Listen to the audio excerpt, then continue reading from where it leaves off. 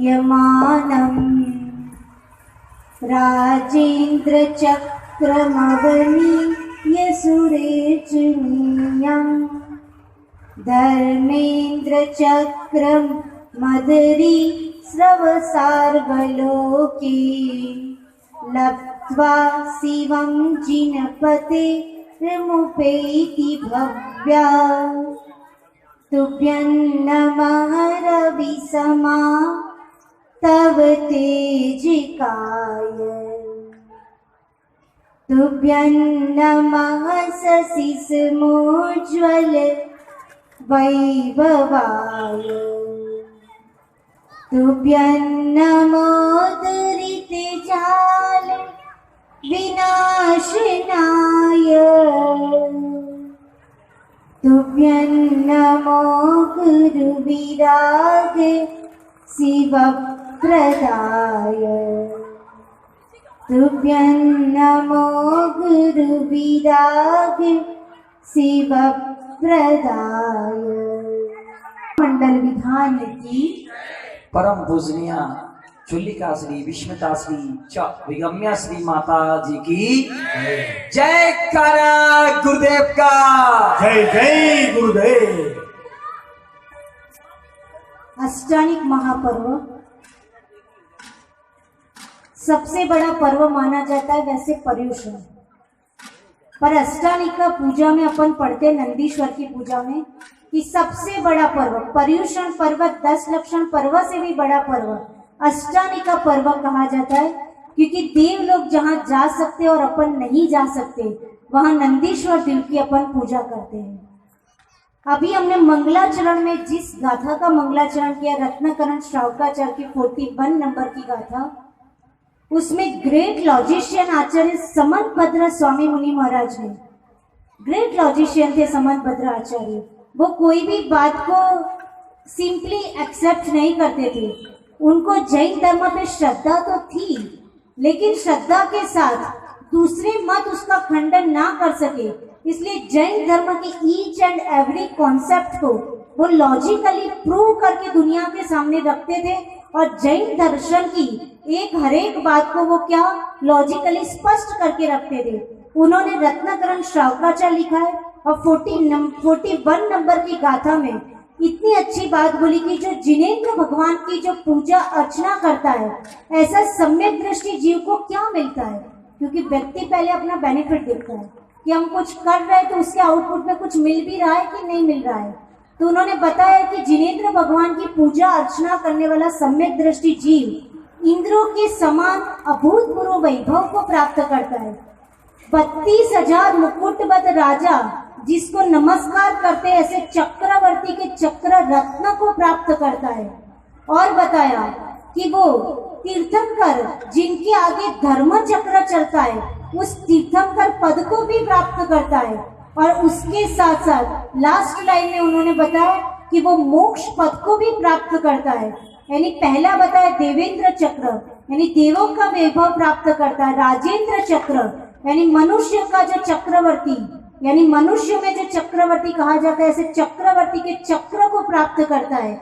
और उसके बाद उन्होंने बोला कि जिनेंद्र भगवान की भक्ति करने वाला जीव धर्म चक्र जो तीर्थंकर भगवान के समोश्रण में तीर्थंकर भगवान के आगे आगे चलता है उस धर्म चक्र को भी प्राप्त करता है। और इतना ही नहीं, क्योंकि धर्म चक्र भी तो एक दिन छूट जाता है जब समोश्रण का विघटन हो जाता है और योग निरोध धारण करते तब धर्म चक्र भी नहीं रहता।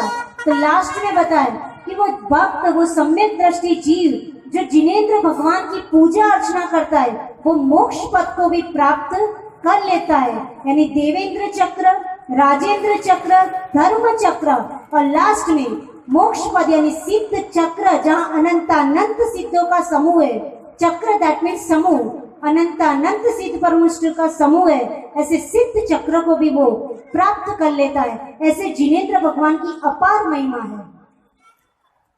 अब क्वेश्चन है कि चक्रवर्ती का वैभव तो कितना बड़ा होता है कि नहीं।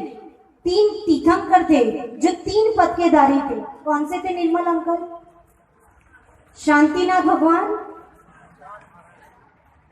शांतिनाथ भगवान, ठीक, कौन कौन से पद थे उनके पास? Very good. वो चक्रवर्ती थे, कामदेव थे और तीर्थंकर थे। जब शांतिनाथ भगवान को चक्र रत्न की प्राप्ति हुई, यानी उनकी आयुशाला में चक्र रत्न उत्पन्न हुए, तो उनके सेनापति दौड़ते दौड़ते आए शांतिनाथ भगवान के पास। उस समय राजा थे। उन्होंने बोला कि आपको चक्र रत्न की प्राप्ति हुई है, आपके आयुशाला में चक्र रत्न उत्पन्न हुआ है, जल्दी चलो अपन चक्र रत्न की पूजा करते हैं, आरती करते हैं। तो बोले मुझे क्या करना है, आप लोग कर लीजिए अपने हिसाब से। बोले हम कैसे कर सकते, वो चक्र रत्न आपको प्राप्त हुआ है, हम लोग उसके कैपेबल नहीं है कि हम उसकी ऐसी पूजा कर सके, आरती कर सके, आपको आना होगा। बोले हमें कोई मतलब नहीं, हमें इन सब चक्रों से क्या करना है, हमको तो सिद्ध चक्र प्राप्त करना है। क्योंकि उनको कौन सा चक्र, मोक्ष जाना था, तद्भव मोक्ष नामी जीव थे।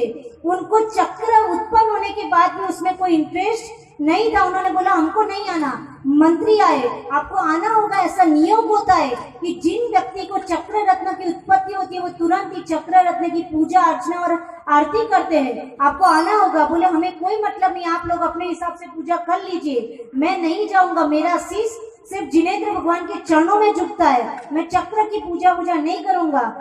तो फिर और लोग समझाने आ गए, पूरा मंत्रिमंडल सब लोग उनको रिक्वेस्ट करने लगे। तो बोले मैं कहीं नहीं जाऊंगा, मैं आयुशाला में जाके चक्र रत्न की पूजा कोई हिसाब से नहीं करूंगा, वो चक्र इधर आएगा तो आगे देखा जाएगा, चक्र को यहाँ आना होगा।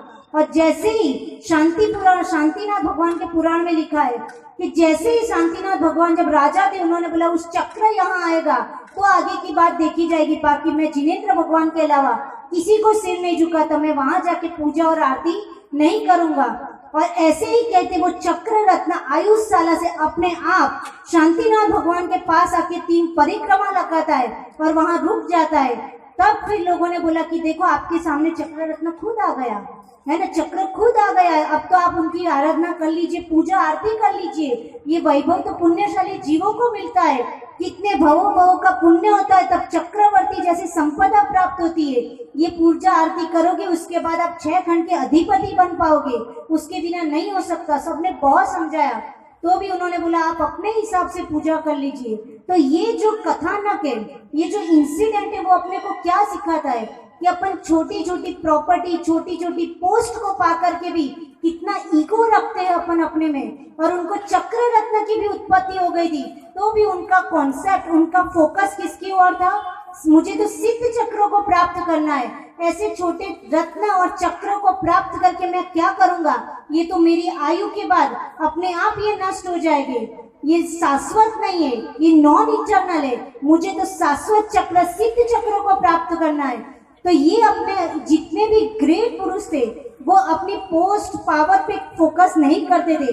सब कुछ होने के बाद भी उनका कॉन्सेप्ट, उनका कहाँ मन लगता था, कहाँ उनका फोकस रहता था कि मुझे सिद्ध चक्र को प्राप्त करना है। आज अपन पुण्यशाली है कि अपन उतने चक्रवर्ती जैसी संपदा नहीं है, कुछ भी नहीं है, फिर भी अपन सिद्ध चक्र विधान कर रहे हैं। तो हम सिद्ध चक्र यानी कितनी भी पूजा आराधना हम कर ले, लेकिन हमारा फोकस क्या है कि हमको ये सारा जो नश्वर चीजें है उसको नष्ट करके हमको कौन सा चक्र चाहिए, सिद्ध चक्र चाहिए। अपन कितने भी विधान कर लो, 24 भगवान का विधान कर लो, जितने भी विधान है उसमें और सिद्ध चक्र महामंडल में बहुत एक डिफरेंस है। आप देखना कोई भी तीर्थंकर का विधान करोगे तो उसमें उनका जन्म स्थान कहाँ था, उनके पेरेंट्स का नाम क्या था, उनकी किस तिथि में किस नक्षत्र में जन्म हुआ था, कब वो मोक्ष गए थे, कब केवल ज्ञान हुआ था, ये सारी बातें आती है। लेकिन सिद्ध चक्र एक सिंगल विधान ऐसा है जहाँ पे व्यवहार नहीं की कोई बात नहीं है, सीधा लास्ट कॉन्सेप्ट जो अल्टीमेट अपना गोल है मोक्ष प्राप्त करना, सिद्ध प्राप्त करना, अकेले निश्चय नहीं की बात की है, सिद्ध स्वरूप की बात की है। तो एक सिंगल विधान ऐसा है जहाँ पे सिर्फ निश्चय में सिद्ध गति जो प्राप्त करने के लिए जो आत्म स्वरूप, शुद्ध स्वरूप का ध्यान की बात है, उसकी बात कही गई है। तो ऐसा मांगलिक विधान अपन कर रहे हैं, तो वो करते करते हमको अपने अभी तक हमने रूप को ही देखा है कि ये ऐसा दिख रहा है, वैसा दिख रहा है, लेकिन कभी हमने अपने स्वरूप को देखने का ट्राई नहीं किया। और जब सिद्ध चक्र महामंडल विधान करते हैं तो वहां पे अपने को सिद्ध भगवान अपने आइडियल है। जैसे कोई डांसर है, वो डांस सीखना चाहता है, बहुत अच्छा डांसर बनना चाहता है, तो वो क्या किसको आइडियल बनाता है, एक कोरियोग्राफर होता है उसका कि ये सबसे अच्छा डांस करता है, वो जैसे सिखाता है वैसे वैसे सीखता जाता है, उसके लिए सब कुछ क्या है, वो ही व्यक्ति है। वैसे ही अपना अल्टीमेट गोल क्या है, मोक्ष प्राप्त करना। तो अल्टीमेट गोल अपना मोक्ष प्राप्त करना है, तो अपने आइडियल सिद्ध भगवान है। तो अपन बोलते तो है कि जो भगवान है, बोलते हैं ना अपन, जैसे आप हो वैसे ही हम हैं। तो अपन बोलते तो है, लेकिन मेजर डिफरेंस